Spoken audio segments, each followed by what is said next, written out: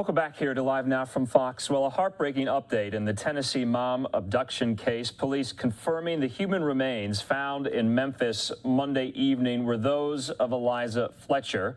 The suspect made his first court appearance this morning and is now also facing murder charges. Joining us live from Memphis, Tennessee, outside the courthouse is Fox News multimedia reporter Madison Scarpino. Madison, what more do we know?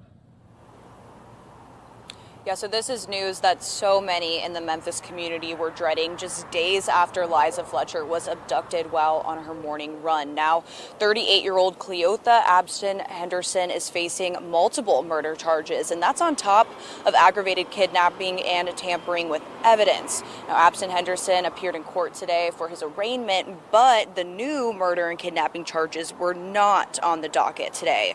Prosecutors want Abston Henderson's $500,000 bond revoked, but the bond will stay in place until the motion is taken up tomorrow morning. Memphis police say this all comes after Fletcher's body was discovered in a vacant duplex apartment in South Memphis yesterday.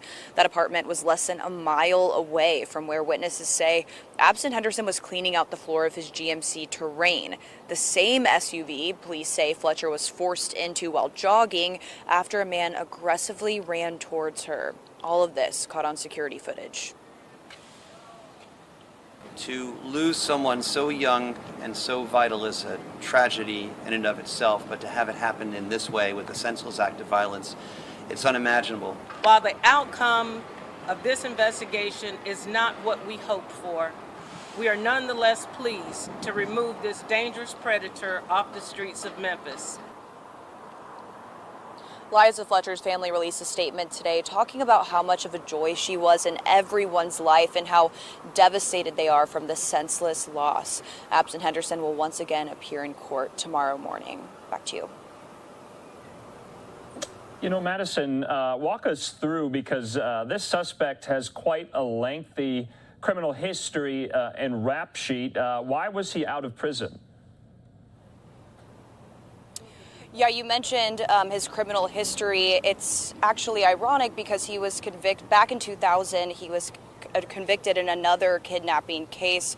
He actually held a prominent Memphis attorney at gunpoint, and he served quite a bit of time for that. And, you know, today the district attorney general here in Shelby County said that because he is a repeat offense, or any repeat offenders, they really deserve just a serious punishment, and that's what his office intends to do in this case, of course, if he is convicted.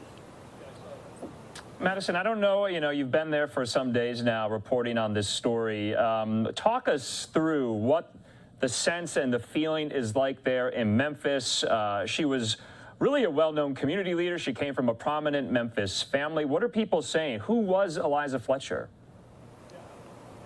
So this community is actually extremely tight-knit, and especially that part of town that she was from. And, you know, yesterday we were over by the scene where this abduction happened. It's right off of the University of Memphis campus, a really typically safe and quiet part of town. And there was people coming over, placing candles and flowers, just saying that, you know, at that point, they weren't really hopeful that she was alive, but they were saying they just wanted answers. And of course, they did get that this morning, but unfortunately, not the one that they were hoping for. All right, Fox's Madison Scarpino there live for us in Memphis with some really, really great reporting on such a horrific event. Madison, we'll talk again. Thanks.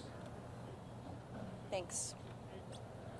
Okay, we're going to stay on top of this story here on Live Now from Fox. We know there's a lot of interest in it. Like Madison said, that suspect is going to appear in court yet again tomorrow morning. I want to put up the statement from Eliza Fletcher's family.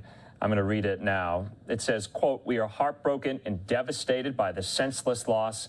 Eliza was such a joy to so many, her family, friends, colleagues, students, parents, members of her Second Presbyterian Church congregation, and everyone who knew her. Now it's time to remember and celebrate how special she was and to support those who cared so much for her.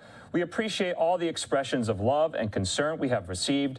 We are grateful beyond measure to local, state, and federal law enforcement for their tireless efforts to find Eliza and to bring justice to the person responsible for this horrible crime.